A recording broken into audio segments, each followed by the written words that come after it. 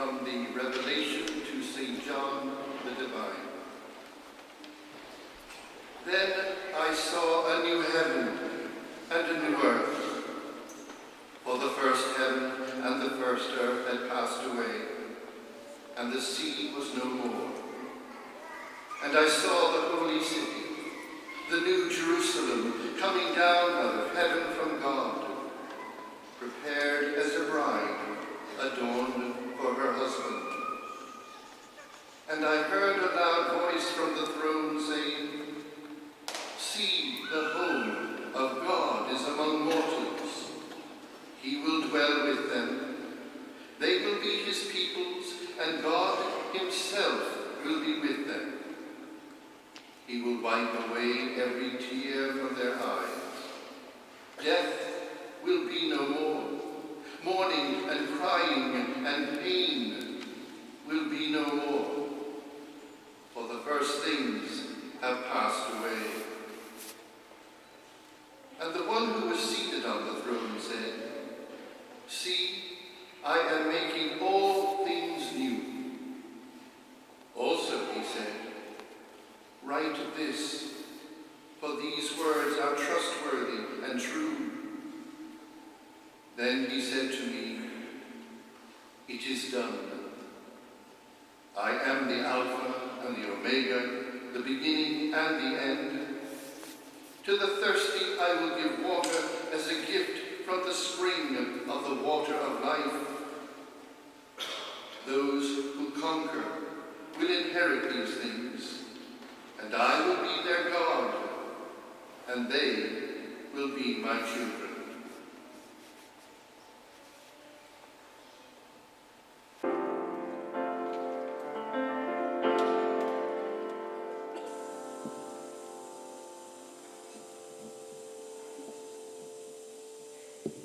Good evening, everybody. We're the Acoustic Souls, and we're a group of young people aged from 16 to 20. And really, it's a big honor for us as young people to come and celebrate a life of a big man like Nelson Mandela. So we're gonna celebrate his life through this song called Yahweh.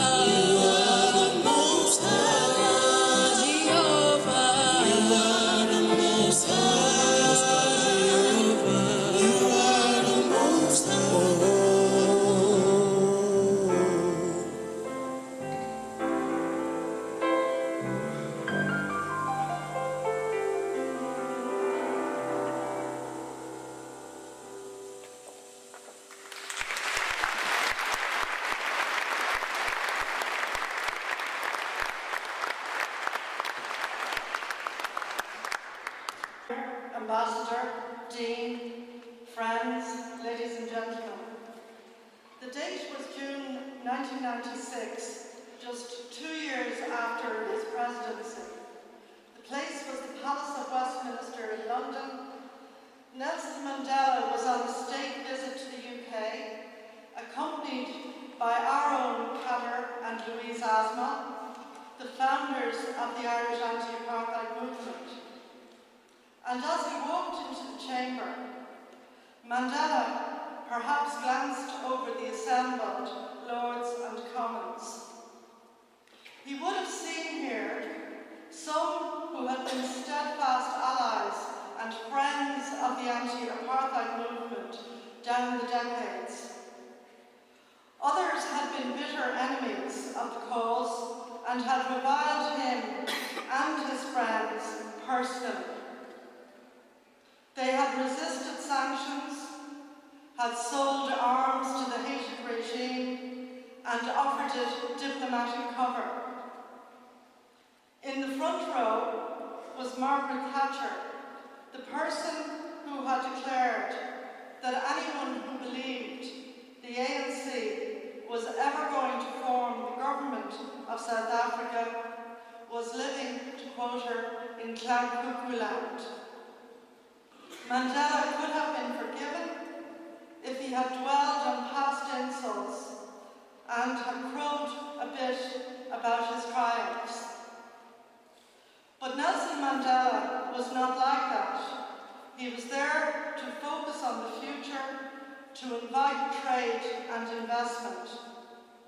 He was there to give a progress report on the reforms he had pioneered to overcome the legacy of apartheid, the multiracial cabinet, the liberal constitution, the multi-party democracy, the 1 million homes under construction, the schools and clinics, and the massive programme to deliver clean water under Cadre's management.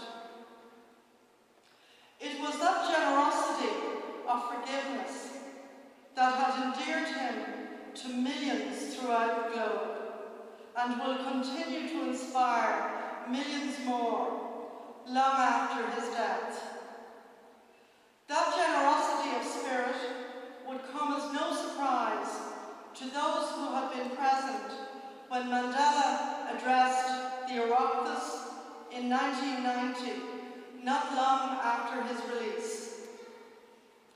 On that occasion, he had quoted from William Butler Yeats a favourite line of Cadre's, that too long a sacrifice can make a stone of the heart. But Mandela told the Oireachtas, told the Dáil and Senate, that vengeance, resolving to meet brutality with brutality, was the wrong approach.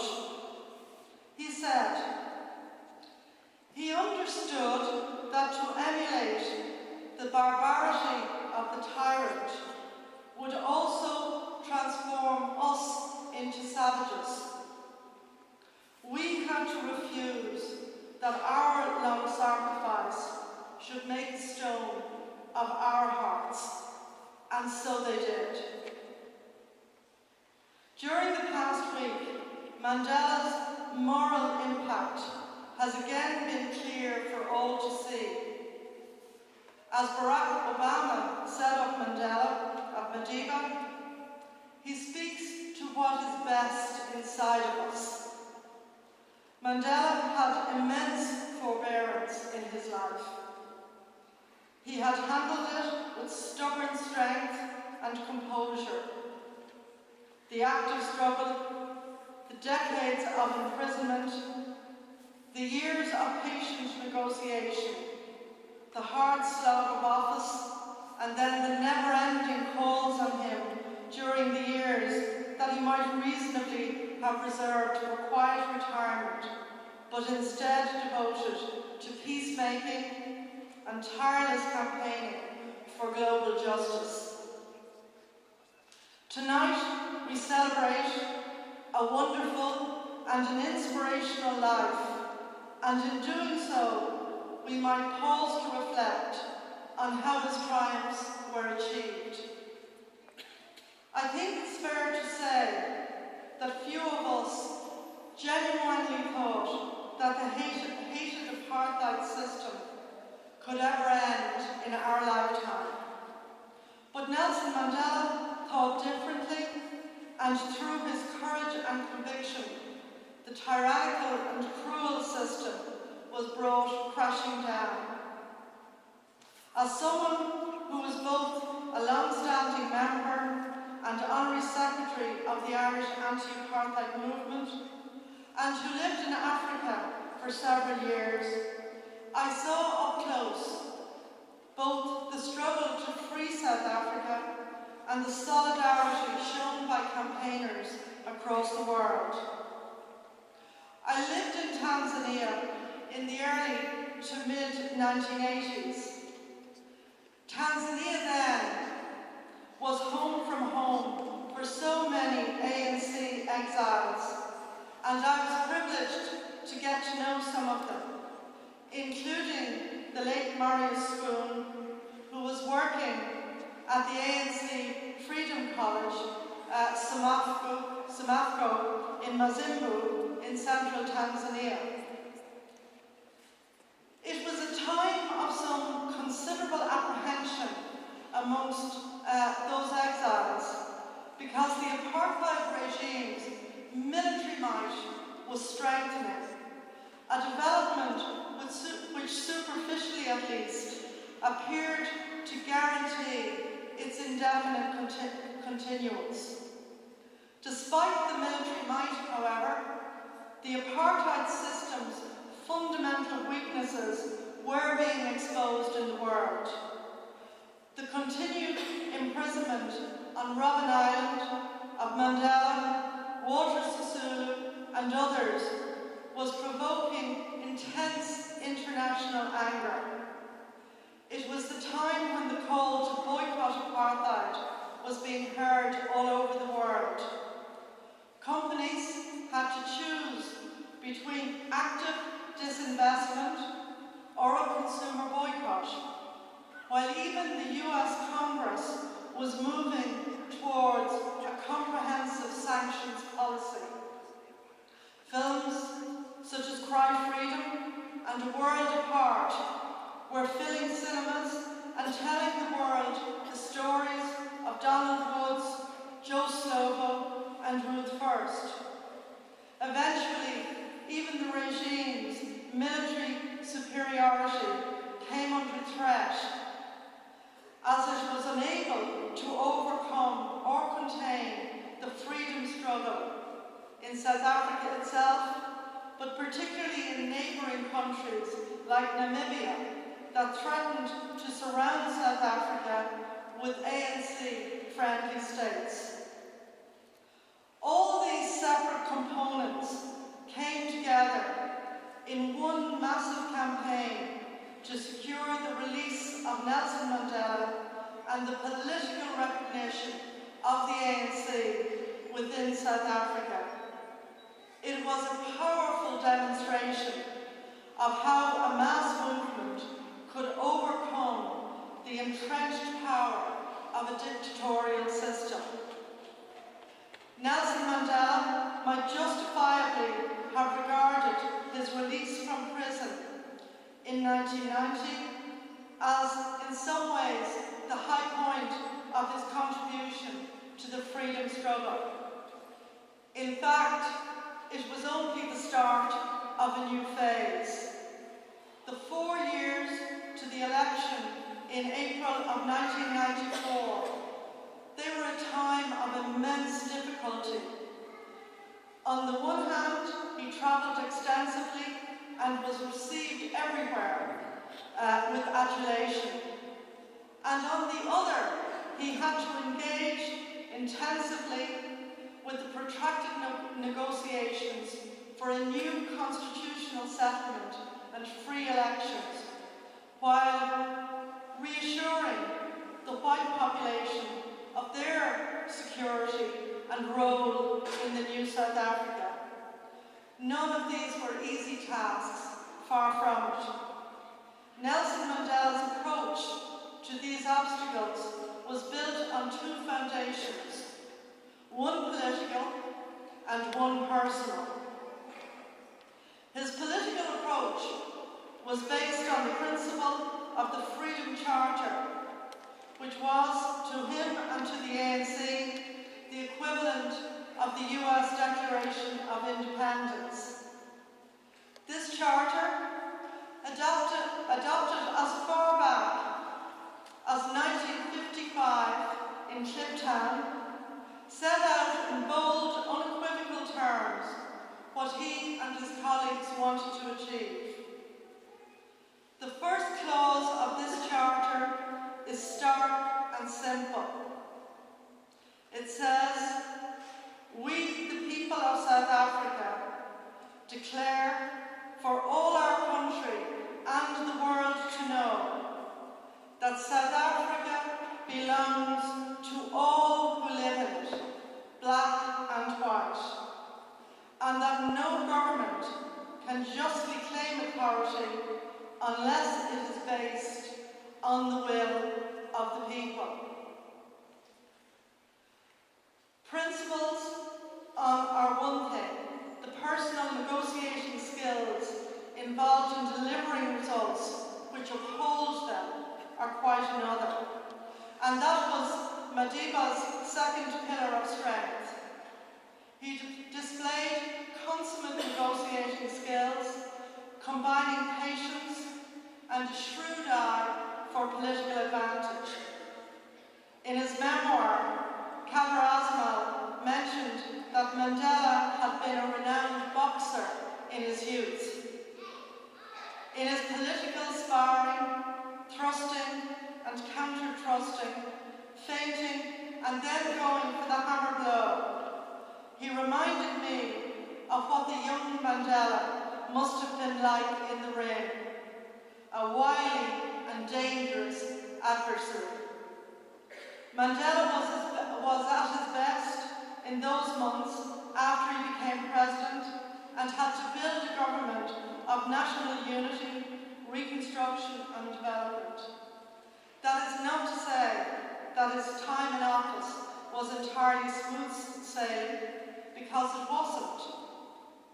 He inherited massive expectations that democracy could bring instant results.